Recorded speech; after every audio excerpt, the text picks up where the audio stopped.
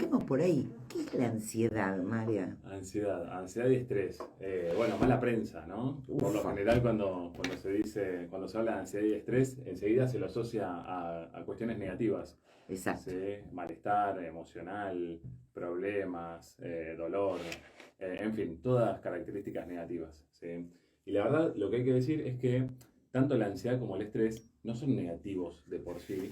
De hecho, tienen un componente positivo muy importante. ¿Sí? Tenemos Sí, que recordar que el ser humano, el mamífero en general, es un hombre, el hombre es un mamífero muy primitivo, ¿sí? Que tuvo que lidiar con adversidades muy remotas, muy adversidades relacionadas con el clima, con la falta de comida en nuestros inicios, ¿sí? Y la ansiedad y el estrés viene como un intento de hacerle frente a esas situaciones adversas del entorno. Quiere decir esto que tanto la ansiedad como el estrés no son negativos de por sí. Si yo, por ejemplo, tengo una respuesta de ansiedad o de estrés en un momento puntual, ¿sí? No sé, me imagino, voy con el teléfono cruzando la calle y de repente veo que viene un auto muy rápido, mi sí, cuerpo responde. sí, Responde con ansiedad, responde con estrés. Eso es sí. absolutamente funcional. Me da a mí un shock de energía muy fuerte, muy potente, a raíz de mecanismos fisiológicos internos que me Bien, permiten pegar un salto y evitar, por ejemplo, que un auto me atropelle. ¿Se bien, entiende? Si yo perfecto. salgo de la radio y hay una persona que me está apuntando con un arma, ¿sí? Mi cuerpo va a desencadenar un montón de mecanismos fisiológicos, un montón de respuestas fisiológicas tendientes a que yo salga corriendo o luche con esa persona que me está apuntando con un arma. En Perfecto. ese caso, el estrés, la ansiedad, tampoco es disfuncional, tampoco es negativa. De hecho, es bastante positivo. Claro. ¿Sí? Reacciono. Ante una situación, reacciono. Ante una situación puntual, reacciono. Perfecto. ¿Cuándo la ansiedad, cuándo el estrés se vuelven problemáticos? Bueno, se vuelven problemáticos cuando perduran en el tiempo. Se vuelven problemáticos cuando perduran en el tiempo y Sí, cuando se vuelven crónicos. ¿Sí? Hay el cuerpo está preparado para experimentar ciertos montos de ansiedad y ciertos montos de estrés. Esto lo claro. sabemos todas las personas que en algún momento nos subimos a una montaña rusa. Nos subimos a Exacto. una montaña rusa y experimentamos mucha ansiedad, sudoración, palpitaciones, Claro. muchísima adrenalina, ¿no? Mareos. Pero bueno, mucha gente busca Sí, claro. esa experiencia y la codifica como agradable, aunque es desagradable, Exacto. ¿sí? Ahora, ¿cuál es la diferencia? Bueno, la diferencia es que eso dura un par de minutos. ¿Sí? Ese estrés, esa ansiedad dura un par de minutos. ¿Qué pasaría si, por ejemplo, nos subiéramos a una montaña rusa durante 15 días seguidos? Claro. Bueno, ahí es donde aparece la parte problemática. La parte problemática de la ansiedad y la parte problemática del estrés. ¿Sí? Bien. Esto es lo que le pasa a las personas, por ejemplo, que sufren de estrés crónico. Es decir, el cuerpo está invirtiendo muchísima cantidad de energía en mecanismos internos Sí. tendientes a la supervivencia en detrimento de otros mecanismos que son importantes para la vida diaria. Por ejemplo, el procesamiento de alimentos. Entonces, por ejemplo, las personas que están muy estresadas tienen dificultades para procesar los alimentos y tienen algún tipo de patología relacionada con cuestiones gastrointestinales. ¿Sí? Bueno, la comida, por lo general, es un regulador de nuestros estados emocionales. Nos separamos, nos peleamos, tenemos algún problema, comemos. Desde chiquitos nos enseñaron que la mamadera, Sí. nos ayuda a regular nuestras emociones negativas. El bebé llora, le enchufamos la teta, le enchufamos Sí. la mamadera y se calma. ¿Sí? O sea, la comida está muy ligada a nuestra regulación emocional. ¿Sí?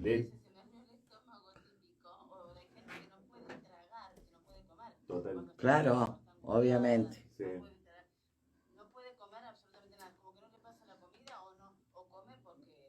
O María, lo contrario, por ejemplo, cuando personas arrancan una dieta muy restrictiva, calórica, o cuando hacen algún tipo de eliminación de alguna de las comidas, ven alterado su estado del ánimo, se sienten irritables, molestos, etcétera. Bien. ¿Sí? Bueno, esto de los mecanismos fisiológicos relacionados con la especie, relacionado con la parte más evolutiva que tiene el ser humano, da cuenta también de esta cuestión. Cuando uno está muy estresado, ¿sí? Tiene dificultades para procesar los alimentos, tiene dificultades para conciliar el sueño. Y esto se debe justamente a lo que decía hace un rato, a que el cuerpo está utilizando esa cantidad de energía para sobrevivir en un contexto Bien. donde no lo amerita. Pensemos que los hombres más primitivos, los mamíferos, incluso algunos animales, son atacados por sus depredadores en situaciones donde, por ejemplo, están comiendo. Claro. ¿Sí? Como que pareciera que los mamíferos, los animales, mientras comen no le pueden prestar atención al ambiente, Exacto. al entorno. Esto es codificado muy rápidamente por nuestra evolución y lo capta. Y también lo mantenemos nosotros, los seres humanos. Cuando estamos estresados, no podemos estar concentrados en la comida. Claro. La gran diferencia entre los animales y los seres humanos es, no digo ninguna novedad, la evolución del encéfalo, la evolución del cerebro. Claro. Los humanos podemos pensar. Y esta capacidad asombrosa y maravillosa que tenemos también nos trae algunas complicaciones. ¿Cuáles son? Bueno, podemos pensar, por ejemplo, en problemas y sentirlos y vivirlos como tal cuando en realidad no existen. Yo puedo pensar que cuando salgo de la radio alguien va a estar apuntándome con un arma y puedo estar sufriendo como consecuencia de eso cuando en realidad solo eso existe en mi mente, solo eso Claro. existe en mi cerebro. Claro. ¿Se entiende? Sí, perfecto. Entonces podemos estar pasando por una situación de estrés crónico, 15 días subidos a una montaña rusa que en realidad no existe. Claro. ¿No? Acá es donde interviene la psicología, donde la psicología tiene mucho para decir. Perfecto, que claro, por favor. Pero claro, pero por ejemplo, vamos a ir grano. Yo tengo en este momento un trastorno de ansiedad y digo, ¿yo por dónde? Porque viste, cuando uno tiene algo parece que se termina el mundo y querés resolverlo ya, ni te digo Sí. ayer. Pero digo, ¿por dónde arranco? Primero una terapia, pero ¿por dónde? Porque vamos a hacer un poco esto acá al aire, porque estás vos y nos animamos a preguntarte por dónde empiezo cuando no puedo controlar, por ejemplo, algunas conductas. Algo muy simple. ¿Por dónde empiezo? A ver. ¿Hay una forma de empezar a desarrollar esto Son varias cosas, pero así como me lo preguntás, lo primero que se me viene a la mente es no dejar de hacer las cosas que uno venía haciendo. Por lo general, cuando uno tiene ansiedad, tiende a pegarme a las Claro. cosas de ahogados, ¿no? Por Exacto. ejemplo, voy al gimnasio, me subo arriba de la cinta, empiezo a correr, siento palpitaciones Sí. y sudoración. Las interpreto como algo negativo. Che, Sí. esto es medio raro, me digo a mí mismo. ¿Por qué mi corazón está latiendo tan fuerte de forma tan potente? ¿Qué es lo que hago? Dejo de ir al gimnasio, Claro. o dejo de ir al gimnasio y de subirme a la cinta a correr. Bueno, si uno tiene, digo, para todo esto tenemos que descartar problemas cardíacos. Bien. Cuando se explica el cuadro específicamente por una cuestión de ansiedad, che, no dejemos de hacer las cosas que veníamos haciendo. Bien. Cuando dejamos de hacer esas cosas, empezamos a tener problemas. ¿Por qué? Porque empezamos a asociar de que no tenemos sudoración, de que no tenemos palpitaciones, de que nuestro corazón no late fuerte. ¿Por qué? Porque nos bajamos de la cinta y dejamos de correr. Claro. Eso es erróneo. ¿sí? Bien. Eso Perfecto. es una falacia. Muy bueno. Esto se Y re- aparte, ¿qué haces con todo ese tiempo? Vos nombraste gimnasio, pero hay gente que se bloquea y deja de hacer un montón de cosas, porque justamente lo que no sabe es qué le está ocurriendo. Claro. ¿A dónde está? Ah. Entonces empezás a A veces tiene que ver con una actividad y a veces tiene que ver con un lugar. Esto tiene una un... relación o una... Las personas, claro, un hijo. Algo, no sabemos qué, entonces empezamos justamente lo que dijiste vos, porque es así, empezás, esto no, es como que querés cambiar de persona, no sé, como que querés ser otra persona. Personas, por ejemplo, que tienen ansiedad y que asocian la ansiedad con estar solos o con, Claro. por ejemplo, ir al supermercado o al banco. Entonces, o dejan de ir al supermercado o al banco o empiezan a ir al banco y al supermercado acompañados de un tercero. Claro. ¿sí? Esto es complicado porque, un poco lo que decía recién, empezamos a asociar la idea de que no tenemos ansiedad si vamos acompañados de otra persona. Y en realidad esa idea es falsa. ¿sí? Uno empieza a tener como una especie de bastón imaginario ahí y una cuestión de dependencia con otra persona o una cuestión de evitar ciertos lugares en Claro. pos de no sufrir ansiedad. Bien. ¿sí? Hay distintos trastornos de ansiedad, llamémosles problemas de ansiedad. En todo se caracteriza esta cuestión. Hay un episodio de ansiedad, es decir, hay un monto de ansiedad que es elevado y eso genera disfuncionalidad en la vida de la persona. Todos tenemos ansiedad, la ansiedad es normal, esperable y no se puede evitar. Hay una idea también falaz que dice que yo tengo que lograr dejar de tener ansiedad. Eso no existe. O sea, sí, todas las personas tienen en distintos grados ansiedad. Todas. Si no tenés ansiedad, si no tenés estrés, es problemático. Estás muerto. tal cual. Totalmente de La- acuerdo. Sí.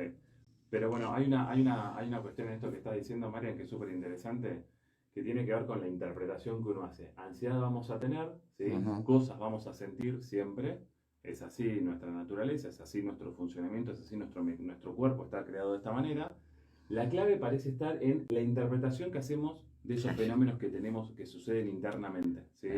¿Por qué algunas personas, por ejemplo, cuando van a correr, van a trotar al acceso, experimentan esas sensaciones físicas y no las asocian con algo negativo, y por qué algunas personas empiezan a asociar eso como algún evento negativo. Claro. ¿Sí? Porque algunas personas, por ejemplo, cuando tienen que venir a la radio, tienen taquicardia, tienen sudoración, y eso lo interpretan como terriblemente catastrófico, y porque otras personas pueden interpretar esas sensaciones físicas internas, ¿sí? Como algo no catastrófico, como algo desagradable, pero no... Eso pasó con varias personas acá. Ah, ¿sí? No vengo más.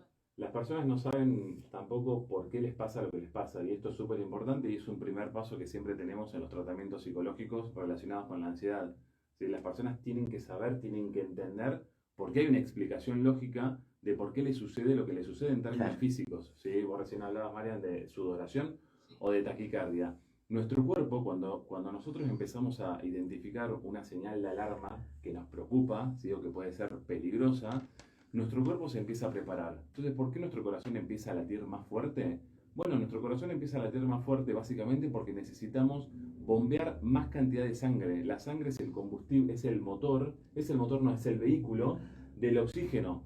¿Y por qué? ¿Por qué corno nuestro cuerpo necesita más oxígeno? Bueno, necesita más oxígeno porque necesitamos involucrar músculos importantes para la lucha o la huida frente a una situación de peligro. Por ejemplo, torso superior, músculos de los brazos, parte superior de las piernas, ¿sí? Esos Bien. músculos van a necesitar más cantidad de oxígeno, y la forma que tiene de nuestro cuerpo de poder llegarle más cantidad de oxígeno a esas partes, a esas ubicaciones, es que nuestro corazón bombee más fuerte, y al mismo tiempo que incorporemos vía oral más cantidad de aire, porque el oxígeno ingresa por el aire, con lo cual muchas veces empezamos a respirar, a aumentar la frecuencia respiratoria, ¿sí? Bien. Hiperventilamos, Claro. hacemos Claro. eso. ¿Por qué? Porque nuestro cerebro identifica de que vamos a necesitar mucha cantidad de oxígeno porque vamos a Bien. gastar mucho, ¿sí? También mucha gente se pregunta, che, bueno, ¿y por qué transpiro tanto cuando me pongo nervioso? Bueno, transpiramos cuando nos ponemos nerviosos, principalmente las extremidades, Sí, ¿no? claro. Y eso, ¿saben por qué sucede? Porque históricamente los hombres más primitivos, los mamíferos, cuando se peleaban con otros mamíferos, pensemos que nosotros estamos pensando siempre en situaciones críticas que ya prácticamente no vivimos, ¿sí? Claro. Nuestro organismo, nuestro cuerpo fue creado hace muchísimos años atrás y de forma muy primitiva. Uno de los riesgos eran los depredadores. Claro. Cuando nos peleamos, digo yo, cuando los animales, los hombres más primitivos se peleaban con otros animales, la manera de zafar, de resbalarse, de que el otro no lo atrape por las extremidades, era justamente por medio de la transpiración. Entonces transpiramos para zafar de Claro. nuestros enemigos. Claro. ¿Sí? Ahora, ¿qué pasa cuando las personas no saben esto e interpretan todos estos factores como negativos? Claro. La evaluación es absolutamente crítica, negativa, Sí, exagerada y claro. dramática. Sí, total. Siempre. Sobre todas las cosas. Sí. Muy bien, re importante. Bueno, Marian, eso que estás contando es súper interesante. Mucha gente tiene un primer evento, un primer episodio, podemos pensar como inocente, ¿sí? A raíz de la cual, a partir de un segundo episodio, uno resignifica el primero. Entonces, un día, no sé, te estás comiendo una tostada y te ahogás, y resulta insignificante, no pasó nada. Cuando te volvés a ahogar con una segunda Chau. tostada, decís, che, bueno, pero la primera en realidad pudo haber sido que en realidad yo Sí. tengo la garganta demasiado pequeña y no me van a pasar los alimentos. Pero no sabes la cantidad de gente que, por ejemplo, tiene disfunciones en la alimentación y tiene problemas, por ejemplo, de cortar la comida muy pequeña porque Yo. tiene la creencia de que se va a ahogar. Imagínense la disfuncionalidad que esto le genera a la vida. Personas que tal vez tardan para comer Sí. 3-4 veces más de lo que tarda el promedio Sí. de la gente en general. Sí. Bueno, porque es una manera de normalizar. Si me pasa a mí, Claro. y solamente a mí, es Chao. problemático, pero si me pasa a mí y además le pasa a alguna otra persona, bueno, en realidad no debe ser tan problemático. Y es el beneficio de hablar de este tipo de cosas en los medios de comunicación. Ah, bueno, si la gente está hablando de ataque de pánico, de ansiedad, etcétera, muchas personas solamente con normalizar los síntomas se tranquilizan. Muchas veces con el hecho de poder entender que lo que le pasa tiene que ver con un fenómeno absolutamente esperable, eso hace que baje la disfuncionalidad del cuadro, que baje el nivel de ansiedad y el monto de ansiedad que están teniendo, ¿sí? Bueno. Bien. Podemos pensar que el estrés es una evaluación que uno hace respecto a dos cuestiones. Algo de esto hablábamos la vez pasada, ¿sí? El estrés, hay una interpretación respecto de situaciones, eventos del futuro a los cuales yo tengo que enfrentar, y los recursos con los que yo cuento para enfrentar esos eventos, ¿sí? ¿sí? Por Perfecto. ejemplo, yo tengo que venir hoy a la radio, che, ¿qué me van a preguntar? Pienso, ese Sí. es un evento del futuro que me puede desencadenar una respuesta de ansiedad, ese es un evento del futuro, y yo pienso, che, bueno, ¿cuánto conozco sobre el tema? Claro. ¿No? En la relación entre esos dos fenómenos, entre el evento del futuro y lo que yo supongo y los recursos con los que yo cuento, va a producirse el desajuste o no, y eso va a dar como respuesta estrés o no. Bien. Cuanto mayor es ese desajuste, cuanto mayor es el evento del futuro y menores son los recursos con los que yo cuento, mayor es la respuesta de estrés. O sea, el estrés es temporario, digamos, El estrés en es una determinada respuesta situación. emocional, Bien, ¿sí? Que es perfecto. percibida como negativa, ¿sí? Exacto. Y es desagradable, Bien, ¿sí? bien. Pero es inocua de por sí, funcional y positiva en términos evolutivos, en términos Perfecto, biológicos. clarísimo. ¿Cuándo tengo que ir al psicólogo? ¿Cuándo es el punto que digo, hoy tengo que ir a ver a Mariano? Bueno, a ver, cuando hay ansiedad uno podría hacer una consulta y eso no necesariamente tiene que desencadenar en un tratamiento completo. Vos si Perfecto. sentís que hay una situación, hay un evento en tu vida que te está trayendo un monto de ansiedad significativo, bueno, podés hacer una consulta y solo una y ya con eso es suficiente. Ahora, sí, cuando hay un trastorno de ansiedad, cuando uno tiene trastorno por pánico, cuando tiene trastorno obsesivo compulsivo, trastorno de ansiedad generalizada, cualquier trastorno relacionado con la ansiedad, uno debería hacer tratamiento porque es la única manera de que ese cuadro revierta, ¿sí? Bien, Recién hablabas de la medicación, súper interesante porque muchas veces es la salida más fácil, más rápida para hacerle frente a la ansiedad, ¿sí? Por ejemplo, sí, tomar benzodiazepinas. La familia de las benzodiazepinas son, para que se sepan, el ribotril, clonazepam, lorazepam, de esa familia, ¿sí? Que es un tratamiento medicamentoso que genera un efecto inmediato, es decir, uno lo toma y al cabo de los minutos, depende del fármaco que sea, uno experimenta disminución en la ansiedad, sí, ¿sí? O sea, obtiene una ganancia relativamente rápida y a sí, bajo costo. Si se quiere, tomo la pastilla, se terminan los problemas, en teoría. El problema de la ansiedad es que cuando uno tiene ansiedad y toma, por ejemplo, una benzodiazepina para bajarla, hay que decir también que hay tratamientos que están muy bien controlados y que son exitosos y que sí, esto es lo que claro. corresponde. Lo digo en términos muy generales. Sí. ¿Cuál puede ser el problema? Bueno, el problema es que la persona empieza a asociar que su ansiedad bajó producto de que tomó La esa pastilla. benzodiazepina, que tomó Sí. la pastilla. Un efecto placebo al final termina siendo. En realidad no es placebo. El efecto placebo, che, no, es un efecto real. O sea, concretamente vos tomás una benzodiazepina y la ansiedad baja, disminuye. El problema es que uno empieza a asociar que la ansiedad bajó producto de que yo me tomé la medicación, de que Sí. yo tomé esa pastilla. Y uno ahí no está dándole la posibilidad, por ejemplo, al paciente, primero de todo, que entienda que la ansiedad es normal, esperable y que es inagotable. O sea, nunca se va a terminar excepto con nuestra muerte, ¿sí? Sí. Pero además no le da la posibilidad al paciente de que establezca recursos, ¿sí?, propios para hacer frente a la ansiedad y lidiar con algo. Claro, ¿Sí? Entonces claro. después la persona, tenemos por ejemplo muchas personas que vienen a consulta psicológica porque tienen dependencia psicológica a las pastillas, entonces se van de viaje a cualquier lado y tienen que llevar el blister por Exactamente. miedo a tener un ataque de Pero ansiedad. si no le da esa pastilla y le pones media aspirina, En algunos casos sí. Cuando hay efecto psicológico, Claro. cuando hay dependencia psicológica de la pastilla, sí, no importa lo que yo esté tomando. Yo creo que necesito tal o cual cosa, ¿sí?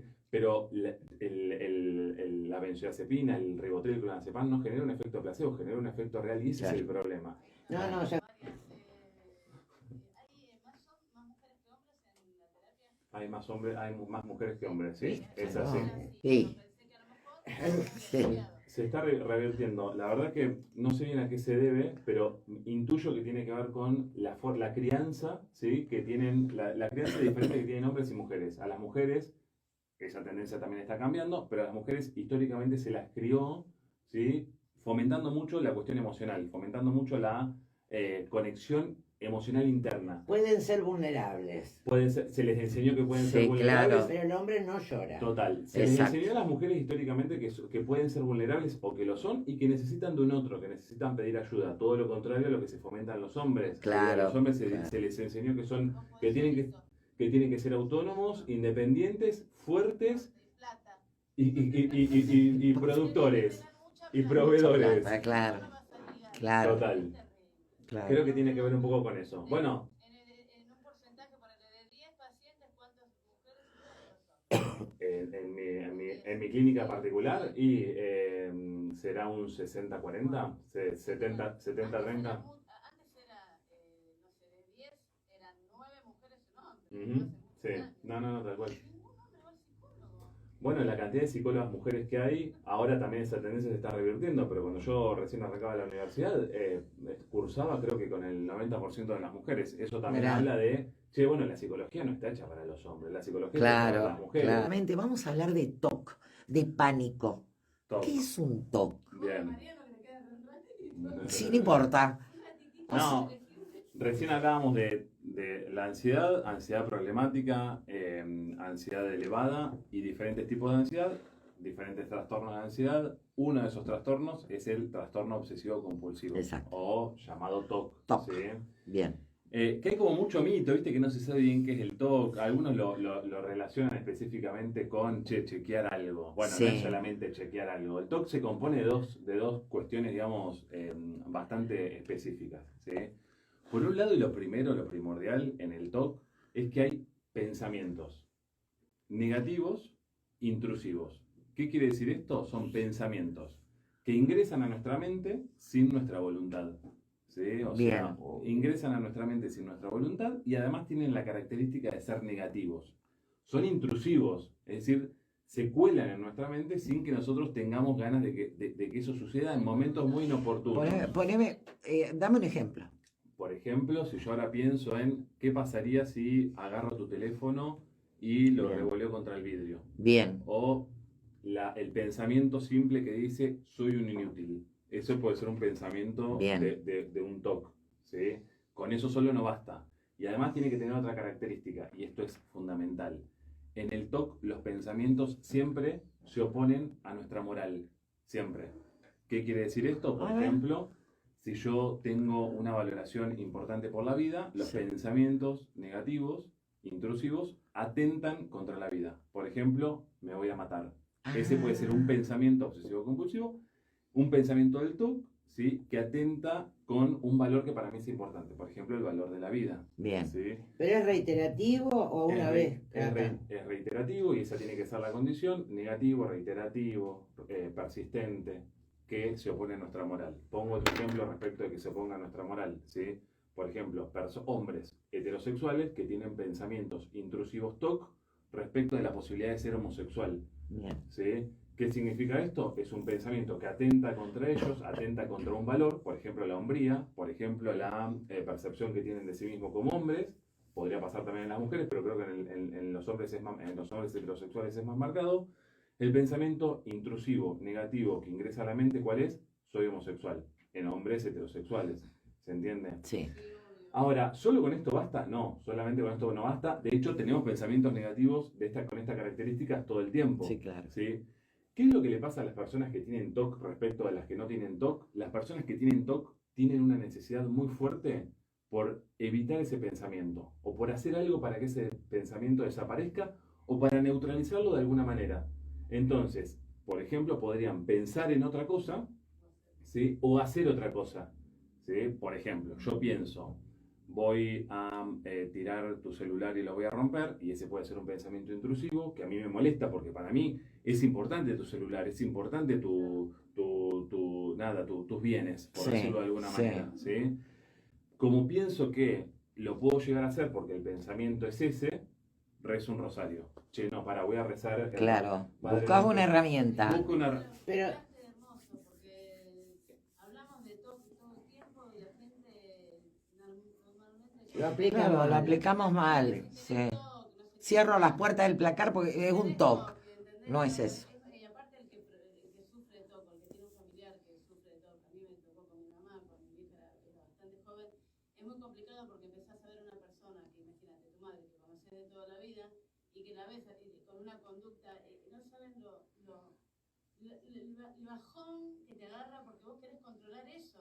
Ujú. Si ya sacaste la basura. Ahora, si vos, ¿Entendés? Ponele, y es terrible porque no podés controlar a una persona que tiene TOC. O sea, vos lo que querés hacer es que sea como antes.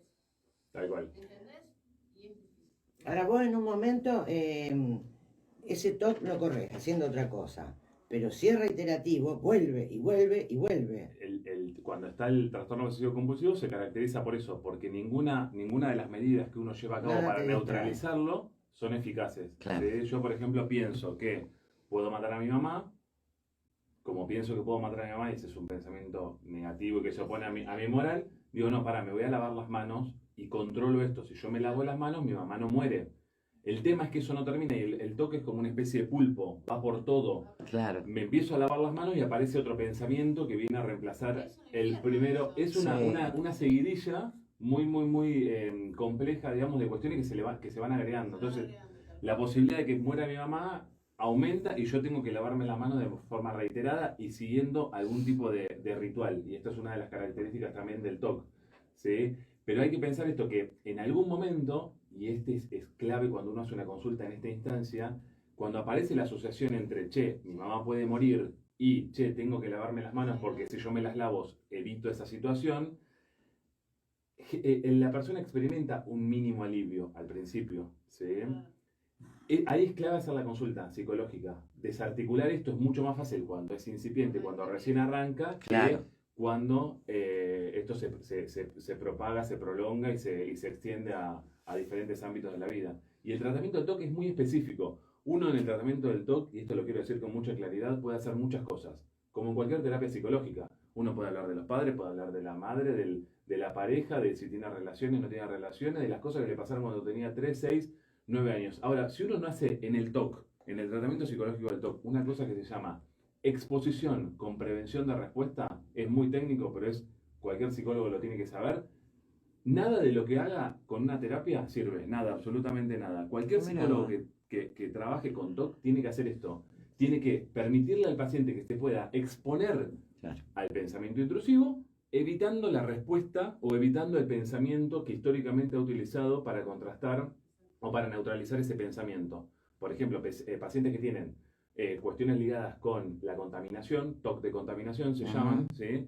Por ejemplo, que piensan que tengo una paciente puntual que dice que le van a entrar bacterias por abajo de las uñas, porque y supone que la piel de las uñas, digo yo, algo de esto es cierto, igual el TOC es irracional, no se analiza el TOC, Claro. podés pensar en cualquier cosa, piensa que pueden entrarle bacterias por abajo de las uñas, se lava las manos insistentemente, bueno, tiene un problema de dermatitis aguda gigantesco. ¿Qué hay que hacer con esa paciente? Lo digo así como muy rápidamente, de forma muy brusca. Exponerla a la supuesta contaminación, evitando, parece muy sencillo, pero es lo que hay que hacer y a veces se complejiza porque los pacientes no tienen TOC tan sencillos, tan unicausales. Claro. ¿Sí? Exponerla a la posibilidad de contagio, a la posibilidad de contaminación, evitando que ella lleve a cabo algún tipo de respuesta, Bien. interna o externa, alguna compulsión o algún ritual o algún pensamiento interno, como por ejemplo evocar a su Dios. Claro. O Bien. sea, cuando hablamos de que una persona tiene un TOC, no sé, porque tiene que tener esto cerrado, o sea, detrás de eso hay una cuestión psicológica. Si hay un trastorno obsesivo compulsivo, sí. Si no, hay cuestiones psicológicas, sí, pero que no tienen que ver con un TOC, que no tienen que ver con un trastorno. ¿Sí? Todos tenemos como algunos rituales, y no Claro. todos los rituales son TOC. Todos los días Está bien. a la mañana nos levantamos y hacemos nuestro desayuno con huevo y nos Claro. lavamos los dientes. Y eso lo hacemos. Son rutinas, pero eso no. O determinados rituales, por ejemplo, para, no sé, ir a la. Gente que reza, ¿sí? O que cuando el hijo rinde un examen hace tal o cual cosa. Y eso no necesariamente es un TOC. Es buenísimo. Sí. 97, Mario, parece ayer, pero hace un montón. Sí, qué buena Nosotros película. empezamos a hablar de TOC, por lo menos en mi casa, yo empecé a hablar de TOC con esa película, que él hace un personaje terrible, que es medio tragicómico, pero en verdad era terrible lo que le pasaba. Yo pregunto, si yo tengo un TOC, ¿se lo transmito a mis descendientes, digamos? Ponerle yo tenga... El TOC ¿Se hereda? No se hereda. No, Pero- pero hablo por una cuestión del temor, continuamente hablando de eso, del miedo, lo que fuera. No con el TOC, porque el TOC es tan disfuncional que es probable que todo el entorno vea lo irracional que Bien, es, ¿sí? Y bien. tome distancia de eso. Perfecto. Pero no pasa lo mismo, por ejemplo, con las fobias, ¿sí? Que también está dentro de la parte de ansiedad. Fobia y pánico se aprende, o sea, las personas empiezan a aprender al temor que hay que tenerle a determinados, por ejemplo, en el pánico, a determinados fenómenos internos, como por ejemplo sudoración, Al dentista. Claro. o, por ejemplo, al dentista o a una araña, eso lo Una aprendes. araña, Entonces claro. ves, por ejemplo, en consulta pacientes a cuyos padres tienen los mismos temores, por ejemplo, Claro. el temor a las arañas. ¿sí? Claro. Aprendieron desde muy chico que las arañas, que hay que tenerlas alejadas, ¿por qué? Porque pueden desencadenar un ataque de ansiedad o un ataque Claro. de pánico. ¿sí? Entonces el hijo aprende a resguardarse Claro. de esa situación que los padres le enseñaron, los padres o el entorno le enseñaron como amenazante, le Bien. enseñaron como problemático. Bien. O sea, Realmente, en el pánico lo que hay es, en el trastorno por pánico, ¿sí? Cuando el pánico se vuelve problemático, porque uno Sí. puede tener un ataque de pánico y Sí, eso claro. es único, y ya un ataque de pánico es la sensación de que me voy a morir por situaciones físicas internas. Mi corazón empieza a latir muy fuerte, se me bajó la presión, empecé a ver borroso y me transpiran las manos. ¿sí? bien. Digo, ¿cuándo se vuelve problemático? ¿Cuándo aparece el trastorno por Eso. pánico?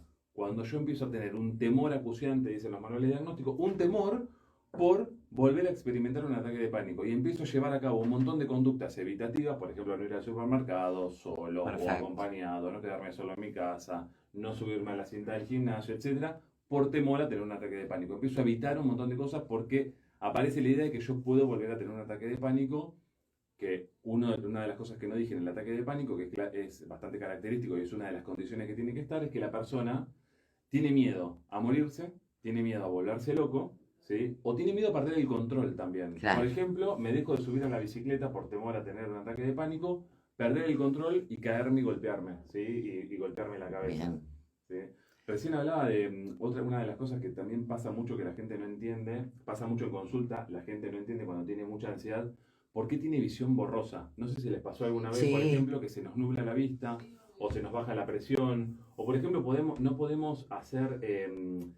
podemos llevar a cabo conductas que impliquen un movimiento muy sencillo, muy sencillo, no me sale la palabra, como muy específico de los dedos o de las manos. De los dedos de las manos, motricidad fina, gracias. Eso. Motricidad fina. Viste que Mariana está, viste, justo lo que Me encanta necesitaba Mariano. Me estás escuchando, María. No, ¿por qué pasa esto? ¿Por qué se nos nubla la vista? ¿Por qué perdemos como claridad en nuestra visión?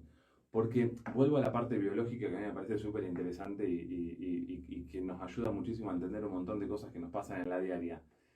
Los mamíferos eran atacados de noche, ¿sí? Entonces los depredadores aparecían de noche y había más chance de que nos ataquen porque nosotros no veíamos al adversario. Claro. ¿sí? Entonces lo que le pasa a nuestro cerebro que identifica las situaciones cuando identifica, mejor dicho, las situaciones amenazantes, ¿sí? Emite esa señal que hace que nuestras pupilas se dilaten con el objetivo de tener mayor visibilidad a la noche. Y uno puede decir, che, claro, pero a mí me robaron durante el día, a plena Claro. luz del día. Claro. Claro, esta es la parte de nuestro cerebro que todavía no evolucionó. ¿sí? Es tan importante para nuestro cerebro emitir una respuesta rápida que sea en pos de la supervivencia, que no importa si la emite y en realidad no es adecuada. Claro. Yo puedo tener un susto porque me pasó algo y se me pueden dilatar las pupilas como consecuencia de asustarme estando en plena luz del día. Y como lo explicaba hace un rato, nuestro corazón empieza a bombear mucha cantidad de sangre porque los músculos grandes necesitan tener mayor fuerza, mayor oxigenación, etc. Eso es en detrimento, por ejemplo, de nuestras extremidades. Por eso nuestras extremidades muchas veces se vuelven frías. Se vuelven frías porque no llega el flujo sanguíneo, porque no es necesario que llegue el flujo sanguíneo a nuestras extremidades. Entonces perdemos motricidad fina. Y esto también tiene un sentido, que es que cuando nos atacan, lo pienso en términos evolutivos biológicos, no ahora, cuando atacaban a nuestros depredadores nos atacaban, o cuando nos atacaban, o cuando nos atacaban y nos herían, perdíamos mucha sangre, ¿sí? Entonces, y perdíamos mucha sangre por lo general de las extremidades, que era el lugar donde nos podían agarrar. Claro. Entonces, que no haya mucho flujo sanguíneo ahí en las extremidades, aumenta la chance de que no moramos desangrados. ¿sí? Eso también tiene que ver tiene lógica con esto de que por qué no se nos baja la presión cuando estamos muy nerviosos y nos desmayamos. Claro. Bueno, porque nuestro cerebro identifica que hay una situación de amenaza y que por ahí podemos morirnos desangrados. Entonces, caernos de cuajo en el piso, desmayarnos, baja la chance de que moramos desangrados por una cuestión de presión. Bien, clarísimo, Mariano. Tenemos miles de años recopilados. Sí, por supuesto. Muchas Claro. personas dejan de tener pánico solamente sin hacer el tratamiento específico, que es de exposición. Muchas personas dejan de tener pánico simplemente, o ni más ni menos, que cuando conocen por qué les pasa lo que les pasa, por qué tienen estos síntomas. O sea, es loquísimo. O sea, personas que tienen un padecimiento muy heavy dejan de tenerlo solamente por leer la información o por escuchar la información concreta Claro. que explica. Es Claro. muy importante que se informar. Escúchame, Marian, una cosa que no quiero dejar de decir. Cuando tenemos gente conocida que vemos que tiene justamente todo esto que estás contando, y a veces es difícil decirle a una persona cómo encararse y decirle, mirá, me parece que tenés conductas que parecen. Estamos hablando realmente cuando ves, no sé, como ves, justamente obsesión. ¿Qué hacemos? ¿Le decimos que haga una consulta? ¿Qué pasa cuando alguien tiene TOC y pasa el tiempo y no hace consultas? Hace años que está con este problema. Y gente joven. Se hace crónico. Sí, claro. ¿Qué pasa? No. No consulta y no hace ningún tipo de tratamiento. No, yo siempre lo que recomiendo es hablar. Si el TOC tiene una facilidad en este sentido, que es que le genera mucho sufrimiento y mucho desgaste a la persona. ¿Sí? Viste que la gente, por ejemplo, te pasa que gente que tiene TOC te dice, es como una jactancia decir, no, porque yo soy impecable, no tiene nada que ver con eso. Yo soy impecable, me gusta tener todo ordenado, no es TOC, pero sí, inclusive o jactancia como que se toma mucho en joda, ¿viste? Sí. Cuando se parece que es una enfermedad de la gente bien grande. Hay una cosa que recién lo que dijiste me sonó. Hay una característica de la personalidad, hay un rasgo de personalidad que también se llama TOC y que tiene algunas similitudes con el trastorno obsesivo compulsivo. El TOC de personalidad da cuenta de personas, es un rasgo de personalidad que da cuenta de personas que son enfáticamente ordenadas, prolijas, ¿sí? que llevan un orden muy meticuloso sobre cómo hacer las cosas, ¿sí? Y respecto de lo que está bien y de lo que está mal. Esto es lo que vos decís, muchas personas lo ven como una característica positiva, ¿sí? Y lo resaltan como tal. Lo resalta como tal, Claro. los hijos son muy ordenados, me gusta vivir en el orden, no me gusta que nadie me se acomoda nada, te vas de la casa y limpian todo, pasan el trapo a todo, el vaso guardado, no puede ver un vaso fuera de la... Eso es como es como más complejo porque muchas veces viene arrastrado desde los inicios de la edad adulta y es más complejo además porque está muy valorado y muy fomentado por la sociedad actual. Las personas con estas características, personas muy ordenadas, muy prolijas, etcétera, son personas relativamente exitosas o que tienen más chance de ser exitosas, mejor dicho, por ejemplo, en el ámbito académico o, por ejemplo, en el ámbito laboral. Las empresas buscan este perfil de personas, Claro. personas que son muy ordenadas. Claro. ¿Sí? O el ámbito académico también valora mucho y premia mucho esta característica. La verdad que las personas que son meticulosas con el estudio tienen más chance de tener un rendimiento académico bueno. Sí. Yo quiero hacer una preguntilla. Que fue pobre. Se tomó todo el vaso de agua, Mariano. Vamos a aflojarlo un poco, pobre Mario. Nos volvimos locos, chicos. Ay. Última pregunta porque se Bueno. pasó el tiempo. Ay, jalo. No, trae el almuerzo, pedite unas pizzas, María. Pregunto, ¿qué pasa cuando vos tenés esa obsesión sobre terceros? A ver, doy un ejemplo.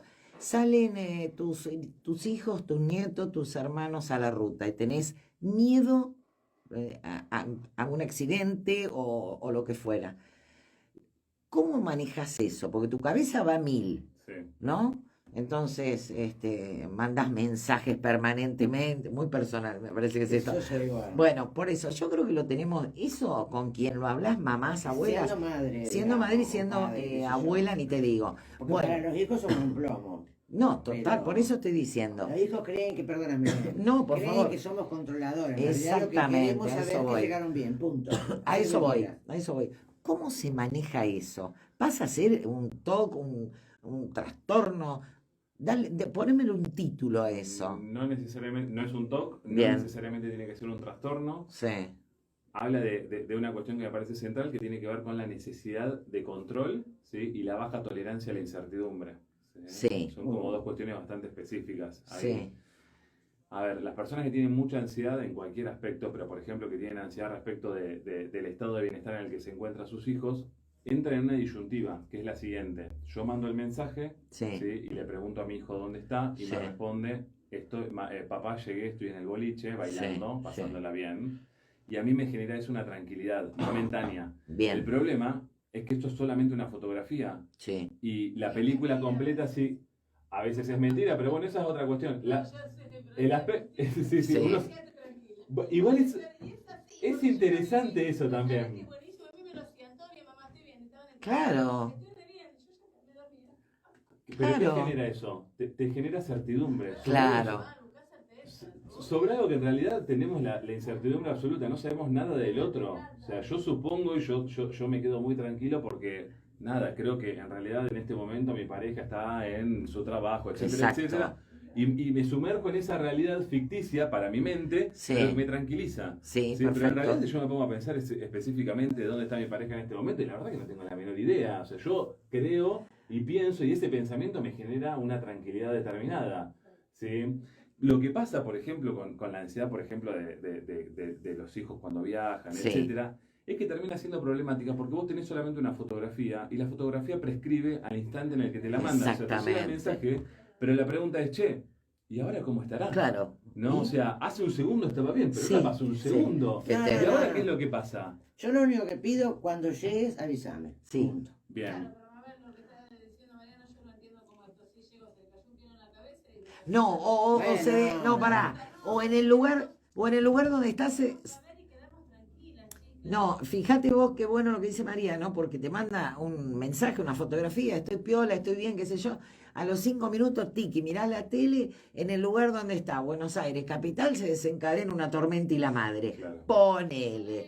Ya ahí arrancaste otro capítulo. No, ni hablar. Te contestó bien, pero vos después, por ahí te llega del que menos pensás. Sí, claro. Algo que vos te estás preocupado por uno que está justamente viajando, ¿va? Sí. Y a lo mejor está al lado tuyo, Sí. que le pasa algo, Sí. Bueno, en análisis es re claro, pero la realidad es que uno con los hijos una rompehuevos. necesita saber que llegaron. La clave es, me parece, A ver. el control. El control, Sí. exacto. Sí. El control, Eso es bueno, correcto. el control siempre es fallido. No existe, no tenemos el control de absolutamente nada, excepto de una cosa muy negativa. Pero morimos. El resto está todo por verse. Si no tenemos control y cuanto más queremos controlar algo, esto pasa mucho con los celos, esto pasa mucho con... No, compadre, ayuda mucho que estemos viviendo así. Total, es una falacia que nos trae muchísimos problemas. Lo que hay que hacer es, por ejemplo, tomar medidas, concretamente con el ejemplo que vos ponías, tomar medidas específicas. Che, vas a irte de viaje, ¿están en condiciones para irse de viaje? ¿El Voy auto con está vos. apto? Voy con vos. No empezó. No te vas nada. No te Se queda terminó el acá. problema. nena. Me voy de luna de miel. Voy con vos. Claro. No, una No. locura.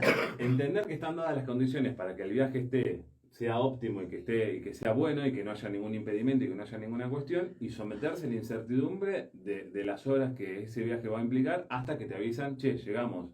¿Sí? No, Es dificilísimo, lo sé, pero mucho más difícil es lo otro, es estar lidiando todo el tiempo con la incertidumbre y con la...